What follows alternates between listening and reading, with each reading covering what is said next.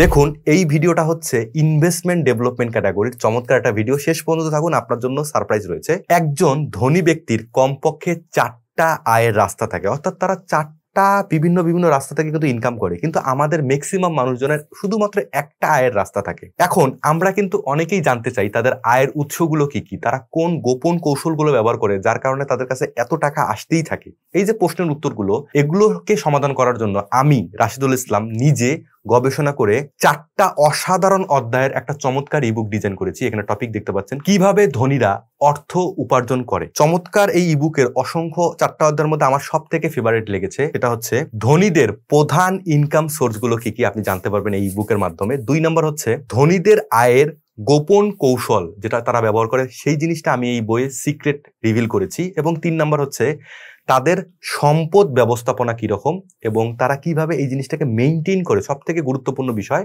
এই বিষয়গুলো আপনি জানতে পারবেন।